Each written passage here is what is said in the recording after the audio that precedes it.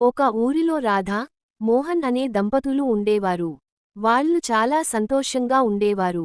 కాని పెళ్లై 10 సంవత్సరాలు అయినా పిల్లలు లేకపోవడంతో చాలా బాధపడేవారు. పిల్లల కోసం తిరగని గుడి లేదు, మొక్కని దేవుడు లేదు, వెళ్ళని హాస్పిటల్ లేదు. అయినా పిల్లలు కలగలేదు. అప్పుడు రాధ మోహన్తో ఇలా అంటుంది. ఎవరికి చిన్న హాని కూడా చేయలేదు. అయినా భగవంతుడు మనకు ఇంత పెద్ద శిక్షను వేశాడు. రాధా మోహన్కి పెళ్లై 10 సంవత్సరాలు అయినా ఇంకా పిల్లలు లేరు. ఒక రోజు మోహన్ తల్లిదండ్రులు ఇలా అన్నారు. ఎన్ని సంవత్సరాలు ఇలా పిల్లలు లేకుండా ఉంటావు? పిల్లలు లేకపోతే రేపు నిన్ను ఎవరు చూసుకుంటారు? మా మాట విని నువ్వు రెండో పెళ్లి చేసుకో అని చెప్పారు. అమ్మ నాన్న చెప్పిన విషయానికి గురించి ఆలోచిస్తే అది కరెక్టే అనిపిస్తోంది. పిల్లలు లేకపోతే రేపు నన్ను ఎవరు చూసుకుంటారు? నేను రెండో పెళ్లి చేసుకుంటాను. కాని ఈ విషయానికి రాధకి ఎలా చెప్పాలి అనేది అర్థం కావడం లేదు. రాధా, నేను చెప్పే మాట నువ్వు జాగ్రత్తగా విను. నన్ను అర్థం చేసుకుంటావని అనుకుంటున్నాను. నాకు పిల్లలే ప్రపంచం. అందుకని నేను మరో పెళ్లి చేసుకోవాలని అనుకుంటున్నాను. దయచేసి నన్ను తప్పుగా అర్థం చేసుకోకు. నాకు మన విడాకులు పెళ్లి కావాలి. బంధాన్ని మీరు వద్దు అనుకుంటున్నారు. బలవంతంగా ఏ బంధం ఉండకూడదు. మీకు విడాకులు ఇస్తే మీరు సంతోషంగా ఉంటారు అంటే ఖచ్చితంగా మీకు విడాకులు ఇస్తాను.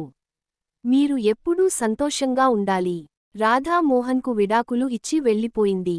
కాని రాధా ఒక అనాథ, ఆమెకు ఎవరూ లేరు. రాధాకు ఏమి చేయాలో తోచలేదు. తనకు తెలిసిన వారి సహాయంతో ఒక వృద్ధాశ్రమాన్ని ప్రారంభించింది. అక్కడ ఉన్న వృద్ధులకు సేవలు చేస్తూ తన జీవితాన్ని కొనసాగిస్తోంది. మోహన్ సీతను రెండో పెళ్లి చేసుకున్నాడు. వారికి 2 కొడుకులు పుట్టారు. వారిని చదివించి పెద్దవారిని చేసి పెళ్లిళ్లు కూడా చేశాడు. తరువాత కొన్ని రోజులకి సీత అనారోగ్యంతో మరణించింది. కొడుకులకు తండ్రి భారం అయ్యాడు. తండ్రిని చూసుకోవడం కష్టం అని అనుకున్నారు. అందుకే తండ్రిని ఓల్డ్ ఏజ్ హోంలో చేర్చాలని నిర్ణయించుకున్నారు. మోహన్ని అతని కొడుకులు ఓల్డ్ ఏజ్ హోంలో చేర్పించడానికి తీసుకెళ్లారు. అక్కడ రాధాను చూసిన మోహన్ చాలా షాక్ అయ్యాడు.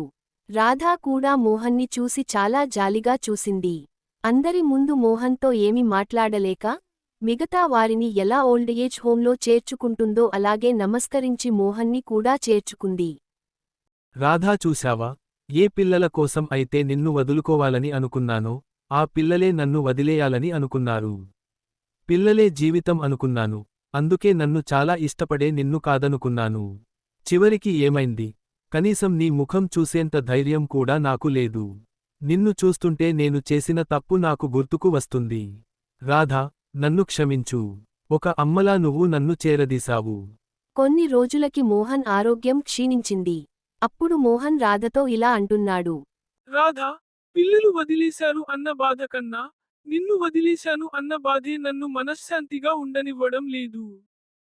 రాధా, చివరిగా ఒక మాట. నన్ను వద్దు అనుకున్న నా పిల్లలకు నేను చనిపోయినా కూడా చెప్పకు. నీ చేతుల మీదిగానే నేను వెళ్ళిపోవాలి. మళ్ళీ జన్మ అంటూ ఉంటే జీవితాంతం నీకు తోడుగా ఉండాలని ఆ దేవుడిని వేడుకుంటున్నాను.